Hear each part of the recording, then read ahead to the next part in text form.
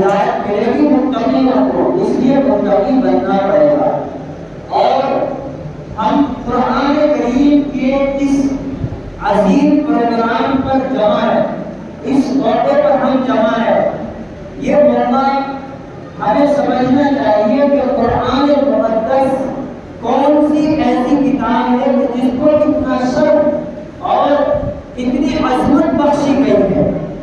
اس سے اندازہ ہوگا آپ کو کہ رسول اکرم صلی اللہ علیہ وسلم جب اس دنیا کے اندر نبی بنا کر مبعوث ہوئے تو پیارے آقا حضرت محمد صلی اللہ علیہ وسلم کے سامنے قرآن کریم کی ایک آیت پڑھی گئی، اور آقا علیہ السلام سے کیا کہا گیا؟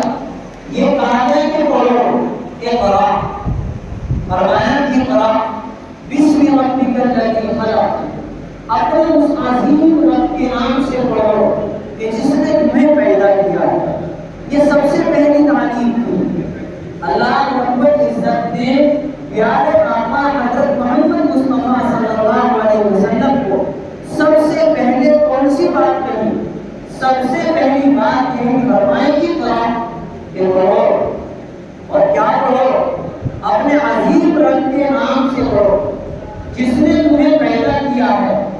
اور جب آقا علیہ السلام کو یہ بات کہی گئی کہ پڑھو تو پیارے آقا حضرت محمد صلی اللہ علیہ وسلم نے کیا فرمایا کہ میں پڑھا ہوا نہیں ہوں، فرمایا کہ میں پڑھا ہوا نہیں ہوں۔ لیکن جبرائیل علیہ السلام کو یہ پیغام دے کر بھیجا ہے، اور پیارے آقا حضرت محمد صلی اللہ علیہ وسلم کو نبوت سے سرفراز کرنا ہے۔ اس موقع پر آپ سے کہا جا رہا ہے کہ پڑھیے، لیکن آپ فرما رہے ہیں کہ میں پڑھا ہوا نہیں ہوں۔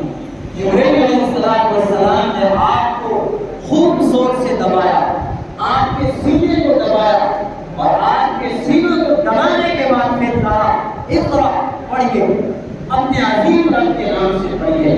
آپ نے پھر فرمایا کہ میں پڑھا ہوا نہیں ہوں۔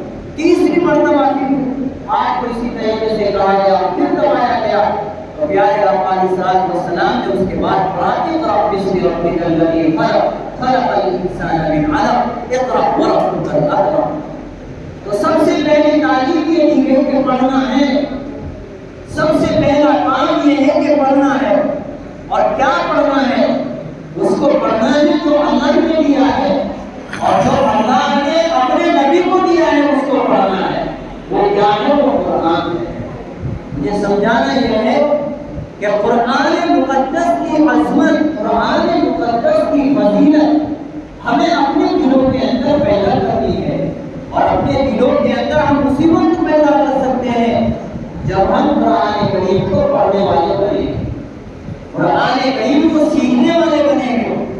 آج ہم لوگ حفاظ کرام کو کوئی حیثیت اور ان کی کوئی عظمت نہیں سمجھتے ہیں، بس یہ سمجھا جاتا ہے کہ حافظ قرآن ہے، اور زیادہ سے زیادہ ہم لوگ کسی کو عالم بنا دیتے ہیں، عالم بن جاتا ہے، امام بن جاتا ہے، تو امام بننے کے بعد بھی اس کو جو مرتبہ لینا چاہیے، جو حیثیت اس کی ہونی چاہیے، وہ حیثیت دی نہیں جاتی ہے۔